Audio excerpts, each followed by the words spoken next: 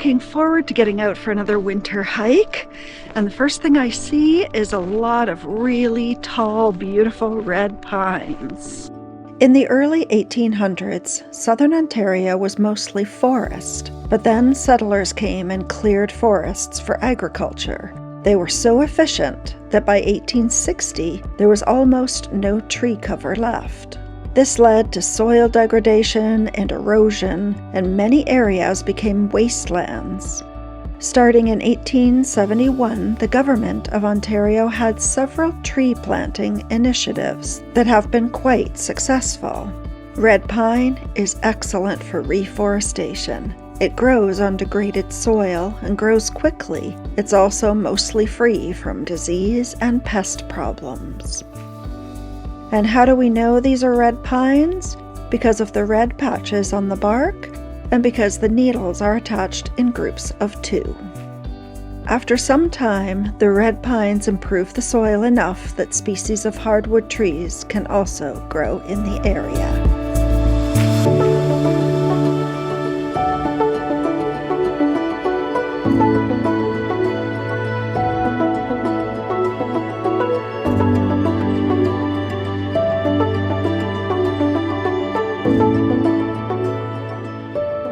I do believe those are large-tooth aspen trees.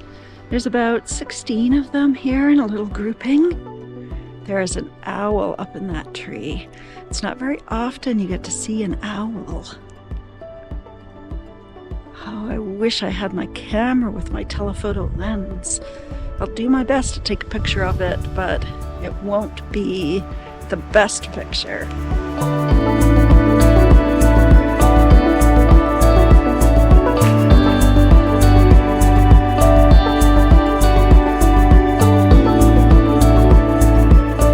It's so unusual to see a plant with leaves that are still green in winter. This is a wild privet, and it has lovely white flowers in June. It also has little blue berries, and they are toxic for humans and pets, but just fine for birds. Another tree that the birds love is the staghorn sumac. I love the look of the red seeds in winter.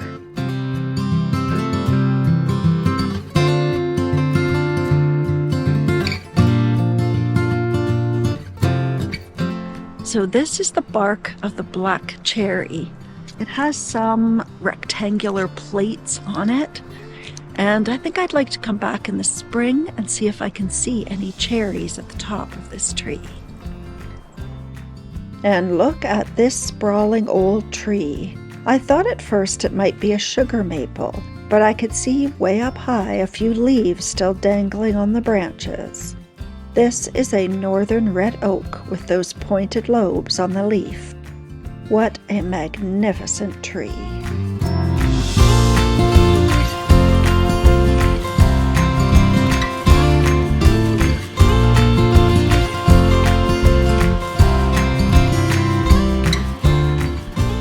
Well, we still have the occasional red pine or white pine, but we have entered a hemlock forest. I really love this.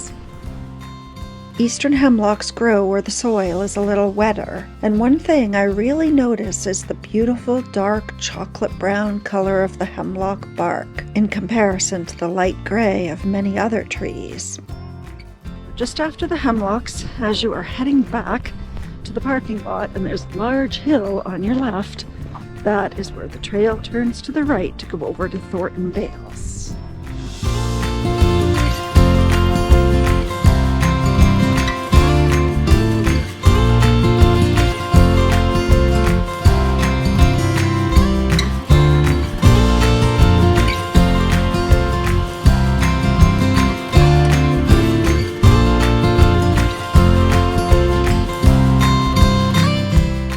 Joker's Hill is owned by the University of Toronto, and they have a research facility here called the Koffler Scientific Reserve. The marked trails are open to the public, but they ask that you don't go off the trails. That is where the research station is. We're definitely not going to go in there. I really respect all of the work that people do to try to understand nature, so we do not want to disturb anything.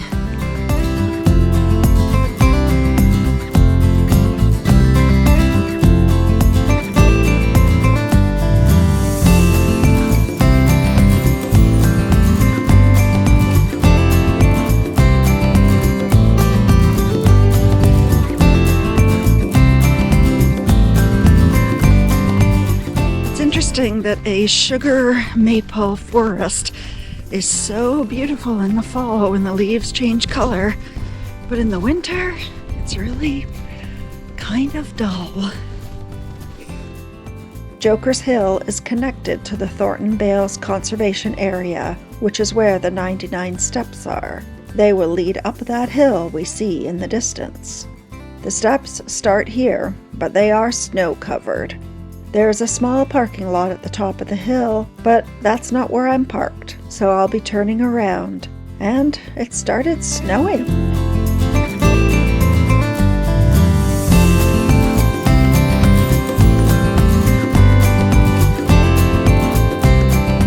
Back at Joker's Hill, and the sun is out again. This is a beautifully hilly place for a hike with lots of interesting trees to see. I parked at Joker's Hill, but you could also park at Thornton Bales at the top of the 99 steps. Both are free of charge, and they are connected by a marked connector trail. I took the yellow trail to the red trail, then veered off onto the connector trail over to Thornton Bales. I hiked around the loop, then back along the connector trail, and continued along the red trail back to the parking. This hike is just under 6 kilometers with an ascent of 150 meters.